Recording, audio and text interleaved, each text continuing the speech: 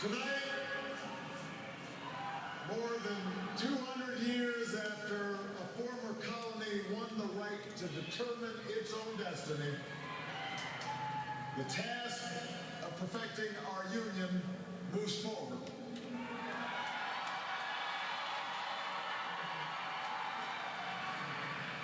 It moves forward because of you.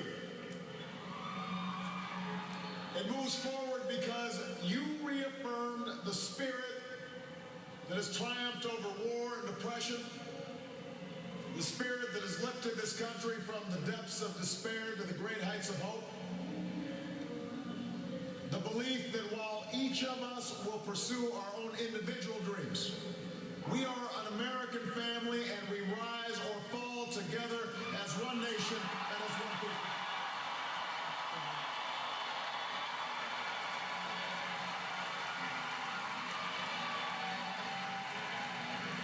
Tonight, in this election, you, the American people, reminded us that while our road has been hard, while our journey has been long, we have picked ourselves up. We have fought our way back. And we know in our hearts that for the United States of America, the best is yet to come.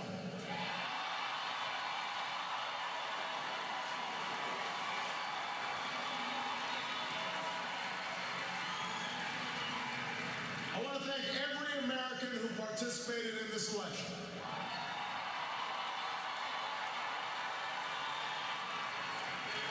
Whether you voted for the very first time or waited in line for a very long time. By the way, we have to fix that.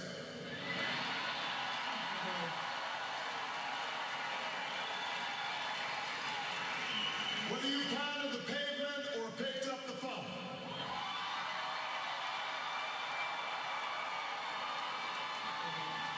Whether you held an Obama sign or a Romney sign, you made your voice heard, and you made a difference.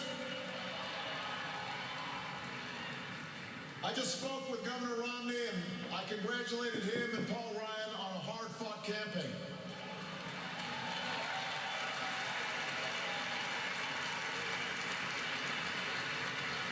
We may have battled fiercely, but it's only because we love this country deeply. And we care so strongly about its future.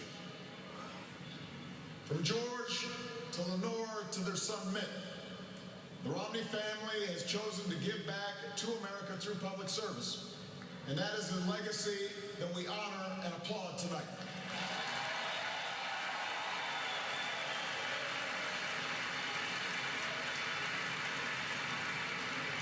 In the weeks ahead, I also look forward to sitting down with Governor Romney to talk about where we can work together to move this country forward.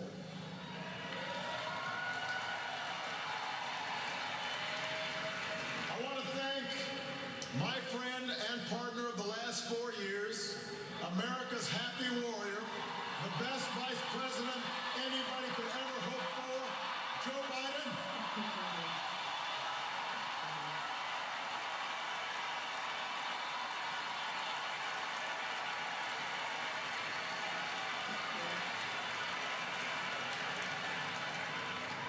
Be the man I am today without the woman who agreed to marry me 20 years ago. Wow, 20 years.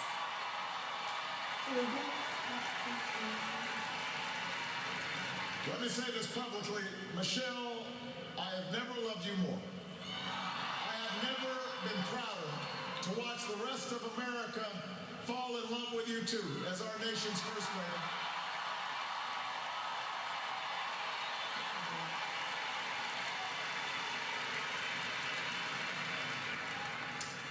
Sasha and Malia, before our very eyes, you're growing up to become two strong, smart, beautiful young women, just like your mom.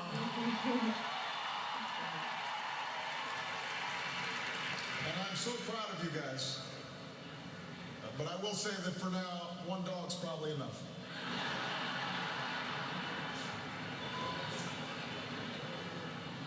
To the best campaign team and volunteers in the history of politics.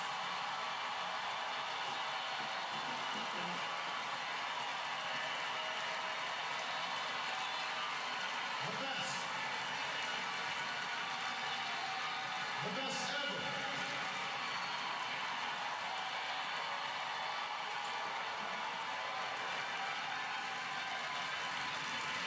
Some of you were new this time around, and some of you have been at my side since the very beginning. But all of you are family. No matter what you do or where you go from here, you will carry the memory of the history we made together. And you will have the lifelong appreciation of a grateful president. Thank you for believing all the way to every hill, to every valley. You lifted me up the whole way, and I will always be grateful for everything that you've done and all the incredible work that you put in.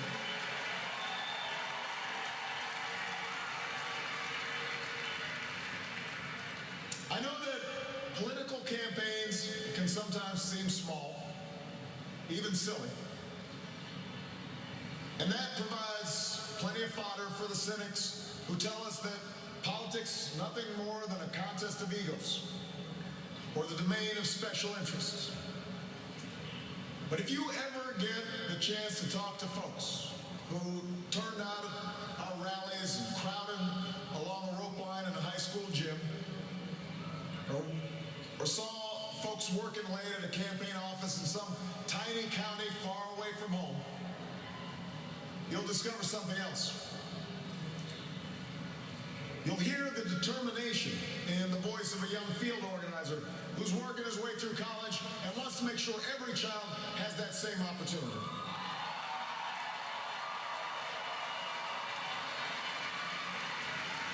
You'll hear the pride in the voice of a volunteer who's going door to door because her brother was finally hired when the local auto plant added another shift.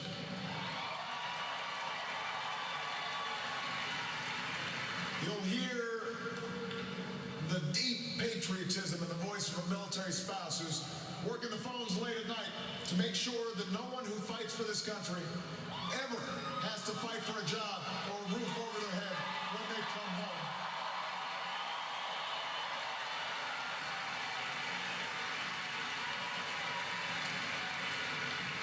That's why we do this. That's what politics can be. That's why elections matter. It's not small, it's big. It's important. Democracy in a nation of 300 million can be noisy and messy and complicated. We have our own opinions. Each of us has deeply held beliefs. And when we go through tough times, when we make big decisions as a country, it necessarily stirs passions, stirs up controversy. That won't change after tonight, and it shouldn't. These arguments we have are a mark of our liberty. And we can never forget that as we speak, people in distant nations are risking their lives right now just for a chance to argue about the issues that matter. The chance to cast their ballots like we did today.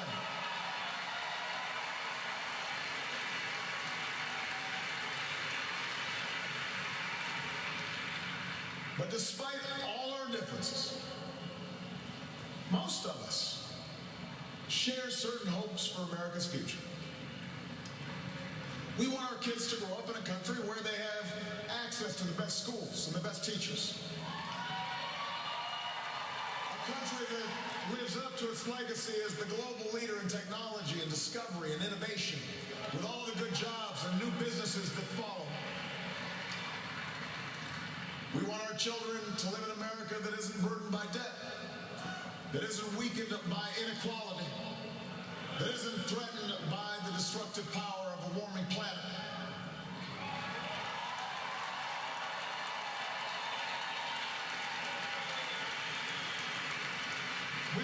us on a country that's safe and respected and admired around the world.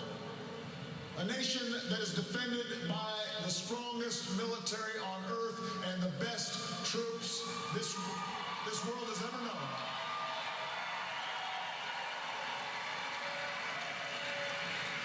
But also a country that moves with confidence beyond this time of war to shape a peace that is built on the promise of freedom and dignity for every human being.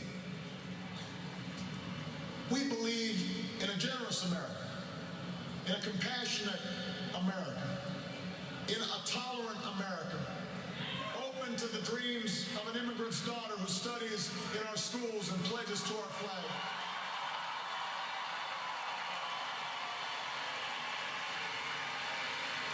To the young boy on the south side of Chicago who sees a life beyond the nearest street corner.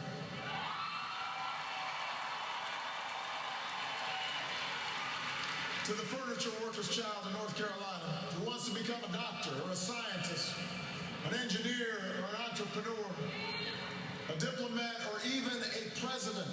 That's the future we hope for. That's the vision we share. That's where we need to go. Forward. That's where we need to go. Now, we will disagree, sometimes fiercely, about how to get there. As it has for more than 2 centuries, progress will come in fits and starts. It's not always a straight line. It's not always a smooth path. By itself, the recognition that we have common hopes and dreams won't end in all the gridlock or solve all our problems or substitute for the painstaking work of building consensus and making the difficult compromises needed to move this country forward. But that common bond is where we must begin. Our economy is recovering. A decade of war is ending. A long campaign is now over.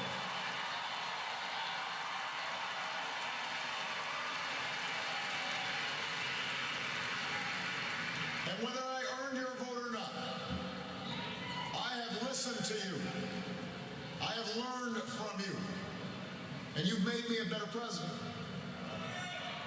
And with your stories and your struggles, I return to the White House more determined and more inspired than ever about the work there is to do and the future that lies ahead.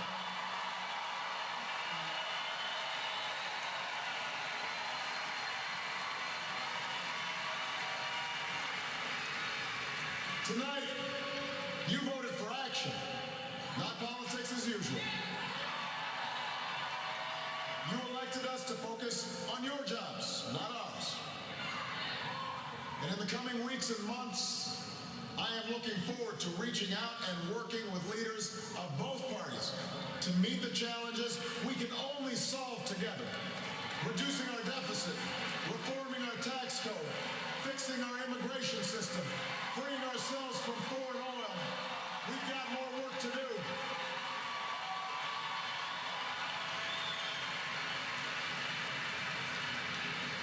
But that doesn't mean your work is done. The role of citizen in our democracy does not end with your vote. America's never been about what can be done for us. It's about what can be done by us together to the hard and frustrating but necessary work of self-government. That's the principle we were founded on. This country has more wealth than any nation, but that's not what makes us rich. We have the most powerful military in history, but that's not what makes us strong. Our university, our culture, are all the envy of the world, but that's not what keeps the world coming to our shores. What makes America exceptional are the bonds that hold together the most diverse nation on earth. The belief that our destiny is shared, that this country only works when we accept certain obligations to one another and the future generations, so that the freedom which so many Americans have fought for and died for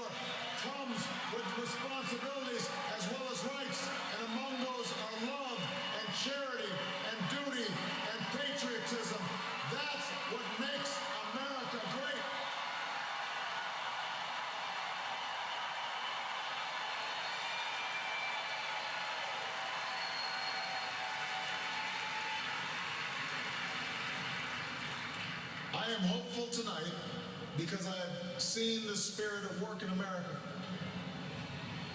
I've seen it in the family business whose owners would rather cut their own pay than lay off their neighbors.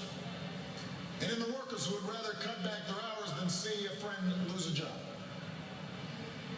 I've seen it in the soldiers who re-enlist after losing a limb. And in those SEALs who charged up the stairs into darkness and danger because they knew there was a buddy behind them watching their back.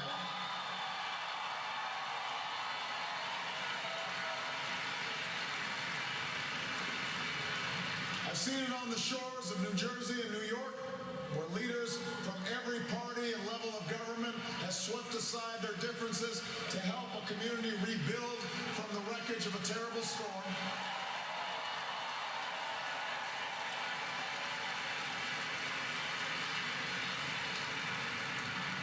And I saw it just the other day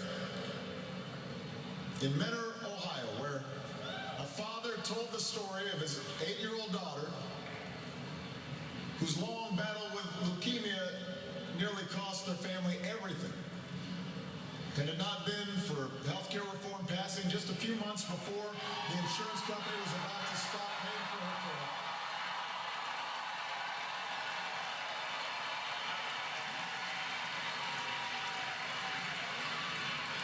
I had an opportunity to not just talk to the father, but meet this incredible daughter of his.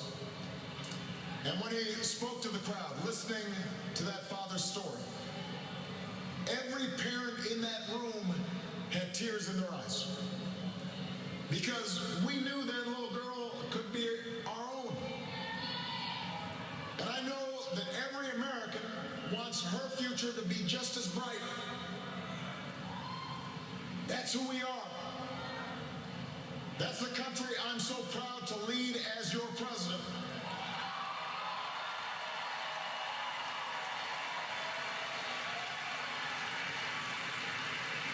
And tonight, despite all the hardship we've been through, despite all the frustrations of Washington, I've never been more hopeful about our future.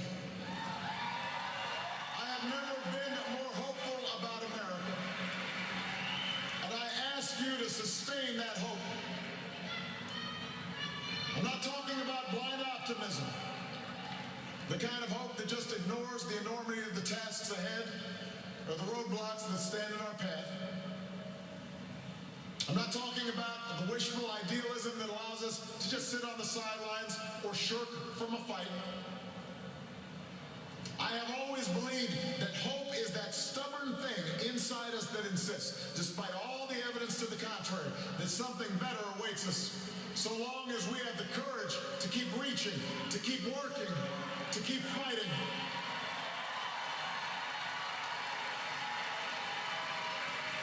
America, I believe we can build on the progress we've made and continue to fight for new jobs and new opportunity and new security for the middle class.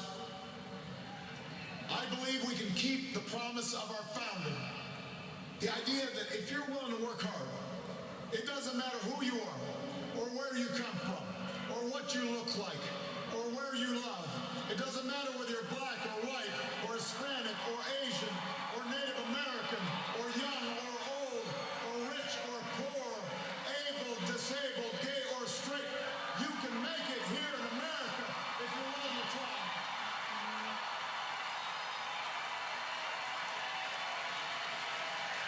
I believe we can seize this future together because we are not as divided as our politics suggests. We're not as cynical as the pundits believe. We are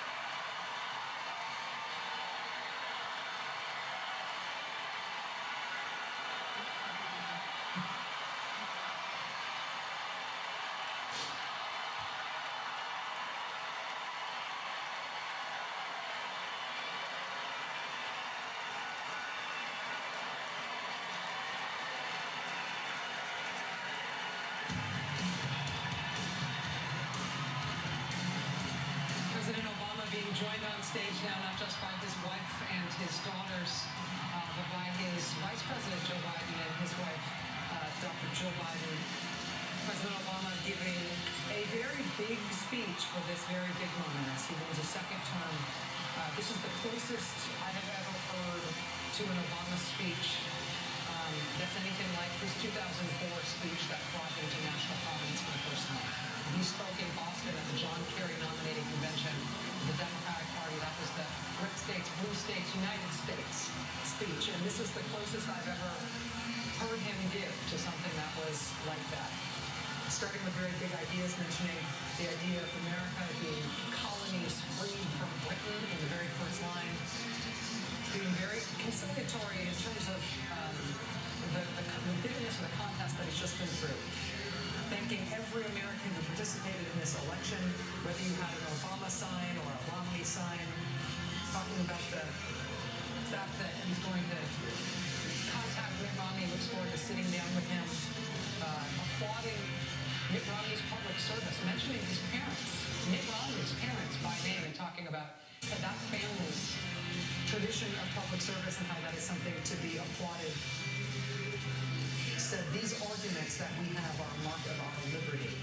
We want the same things for our kids and for our country. We want to be safe and respected, and we want our country to be safe and respected and admired around the world.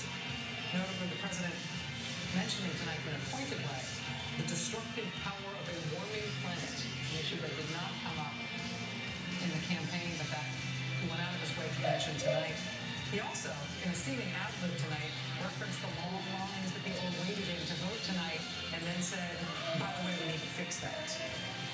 Probably the most memorable line from tonight is essentially a paraphrase of John F. Kennedy's famous line, and he said, America, President Obama tonight said, America is not about what can be done for us, but by us. Chris Matthews? Yeah, that's something I've been waiting for him to do, and admit that it's not a solo act, that it's a leadership job, not a solo performance. And the job is to get other people involved, and not just in re-election campaigning or election campaigning, but in government. And leading the country. I have to tell you, put off a bit by the fact he never mentioned Bill Clinton tonight. I don't quite get it why he didn't choose to give the president who helped him get reelected some tribute here. I mean, he deserved it. He was out there. I was just with him yesterday in Philadelphia with all those thousands of students at the Palestra in Philadelphia, and I was amazed at that.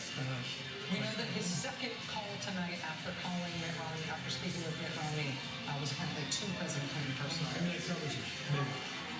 I want to bring John Alter into this conversation. John Alter on site there, in terms of the reach of this speech and the importance of it. I'm sorry. One of those BS. It was a big deal.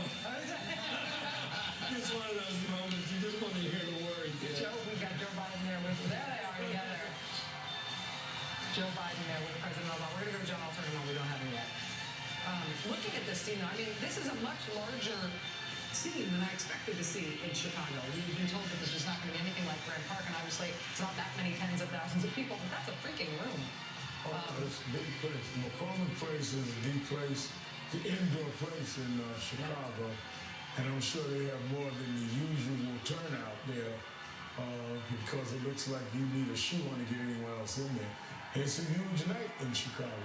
Steve Schmidt, you had talked about wanting to hear not just from conciliation in terms of the concession speech, but also wanting to hear that kind of a bringing the country together message from the president tonight. Did you hear it? I thought it was a big speech. He did a great job. He spoke tonight as the president of the United States, of all the American people, not as the head of the Democratic Party, which of course he is also. And I thought he was eloquent, and he was very gracious to Mitt Romney, to his family, and when he talked about, he went through the piece, he said whether you held an Obama sign or a Romney sign, your vote counted, it mattered. I thought it was a big moment, gracious moment. I thought it was a good speech tonight. The thing, I would say one thing that touched me about this speech is him talking about debate itself and the argument itself not only being something that we ought to be proud that we have as a country because people around the world die trying to get that, but that if you participated, that is something that your country thanks you for. No matter why, what drove you, or ideologically where you're coming from, or who you supported, the country thanks you for participating in this election, even if you weren't out there for me. And the biggest political divide in this country is not between Democrats and Republicans. It's between people who care and people who don't care. It's between people who participate and people who don't participate. And for him to define the divide that way and say all of us, with Democrats and Republicans who care enough to participate and be here and work on it and vote, we are all on the same side, and that's the country's side. That to me is something that motivates me as a person who's interested in just covering politics for my living. But it's also the way that I really think